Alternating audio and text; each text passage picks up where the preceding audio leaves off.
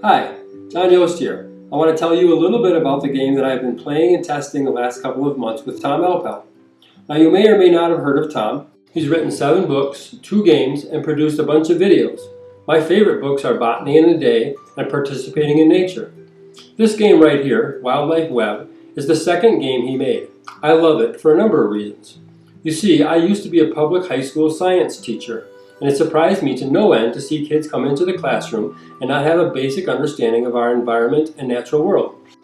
Here I was trying to teach complex relationships like fossil fuel consumption and climate change, and my students didn't even understand the relationships between one animal and another.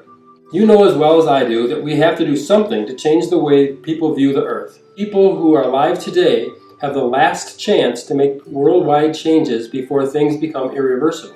And you know that change starts with one person, just one person at a time. Now, Wildlife Web probably won't be the sole catalyst for change and awareness, but I know the game creates interest, respect, and appreciation for our natural world.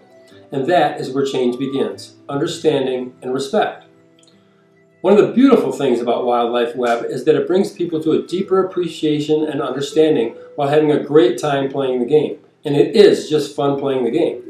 But the seeds of curiosity are planted as we discover the intricacies and cooperation between species. We start to see how our natural world all fits together.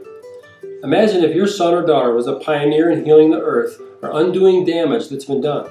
Imagine if you gave Wildlife Web to an educator, friend, or coworker, and through that chain of events, we get the next champion of environmental change or the inventor of a new energy source. I'm not overstating this. It's the butterfly effect. And stranger things have happened in the lives of those who have made the world a better place. But maybe I'm getting ahead of myself. Let me take a step back to the here and now. It's common to see kids hanging out together, each one buried in their phone, playing mind-numbing games and texting each other across the room. But instead of that disassociation and mess, imagine if they were interacting, socializing, having fun, and engaged with each other and life as they played Wildlife Web together. We have just created a new social consciousness. On a small scale, yes, but with big implications as those pioneers expand on their ideas and their social circles and their influence widens. Alright, let me tell you a little bit about the game and how to play. You start out with a pack of animals that you choose from the cards in the middle of the table. And by the way, the middle of the table looks like a big mess, but it's really an organized ecosystem. Anyway, your objective is to get enough food to find a mate and raise offspring. It sounds easy, but if you're a rabbit, you have to escape the talons of hawks and eagles during the day, and at night, coyotes and owls come after you. But the rabbit, like every other species in the game, has special abilities that give it some kind of an advantage. Since rabbits freeze and become almost invisible, anyone who goes after you has to flip a coin to see if they even notice your rabbit. And if they do, it's only then that they can hunt you. These special and unique skills are what I really love about the game. These vary from having a robin in your pack so no one can hunt your animals during the day.